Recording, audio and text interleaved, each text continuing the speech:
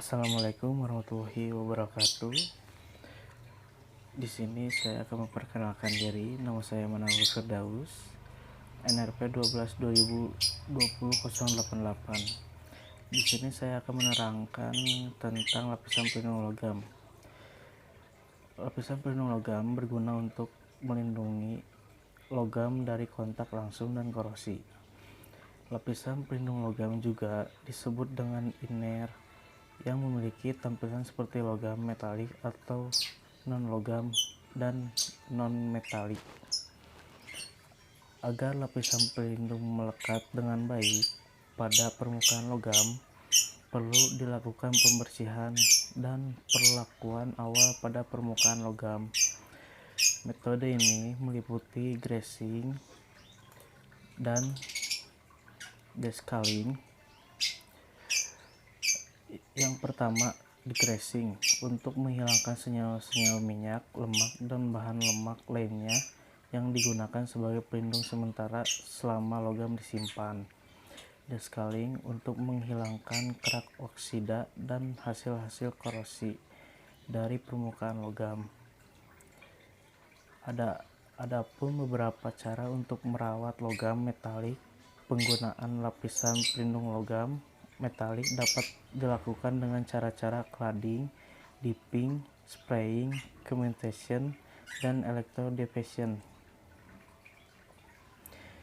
Yang pertama, cladding, yang dimana logam yang akan dilapisi atau logam dasar diletakkan di antara dua lembar logam lapisan pelindung, kemudian seluruh lapisan logam ditekan atau dipres. Yang kedua, dipping. Cara ini digunakan untuk lapisan pelindung logam atau alloy yang memiliki titik leleh yang rendah seperti Zn, Sn, Pb, dan lain-lainnya. Yang ketiga, spraying, merupakan cairan untuk logam sebagai lapisan pelindung seperti Al, Zn, dan lain-lain. Yang keempat, cementation, melakukan penyemanan. Pada proses ini, lapisan pelindung dalam bentuk bubuk logam diletakkan pada permukaan logam dasar dan dipanaskan pada temperatur yang cukup tinggi supaya terjadi difusi dari lapisan pelindung ke logam dasar. Yang kelima, electrodeposition, merupakan metode pelapisan logam yang paling banyak digunakan dengan logam pelapis.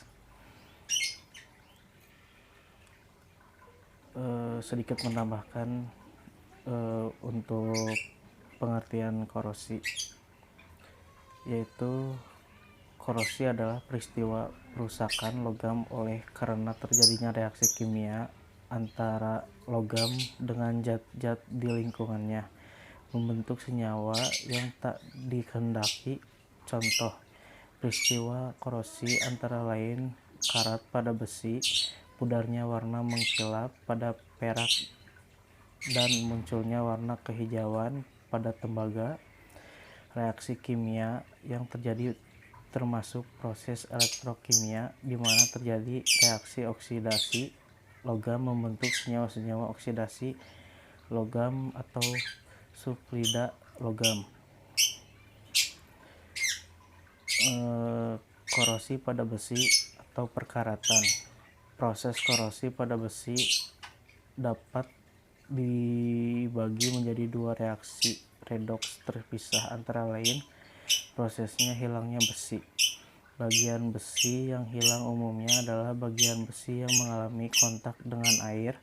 Bagian ini disebut dengan anode. Sebagai reaksi oksidasi besi terjadi ketika atom-atom Fe kehilangan elektronnya, terbentuklah cekungan di bagian hilangnya besi tersebut. Selanjutnya, elektron yang terlepas tersebut akan mengalir kepada bagian terbentuknya cekungan. Bagian ini disebut daerah katode, di mana elektron yang terlepas dari atom besi mereduksi O2. Proses pembentuknya karat. Karat besi Fe03NH2O yang merupakan senyawa padatan yang berwarna coklat kemerahan terbentuk pada reaksi redoks yang berbeda dengan reaksi sebelumnya. Ion-ion Fe2+ yang terbentuk pada daerah anode terdispersi dalam air dan bereaksi dengan O2 membentuk Fe3+ dengan karat. Keseluruhan reaksi pada proses ini adalah faktor penyebab korosi pada besi. Faktor-faktor yang mempengaruhi: yang pertama, konsentrasi H2O dan O2.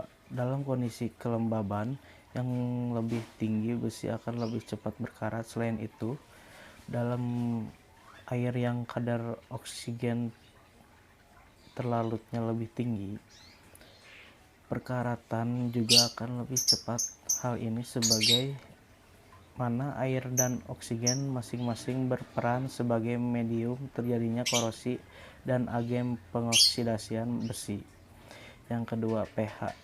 Pada suasana yang lebih asam, pH reaksi korosi besi yang akan lebih cepat, sebagaimana reaksi reduksi oksigen dalam suasana asam lebih spontan yang ditandai dengan potensial reduksinya lebih besar dibanding dalam suasana netral ataupun basa. Yang ketiga, keberadaan elektrolit. Keberadaan elektrolit seperti garam NaCl pada medium korosi akan mempercepat terjadinya korosi, sebagaimana ion-ion elektrolit membantu menghantarkan elektron bebas yang terlepas dari reaksi oksidasi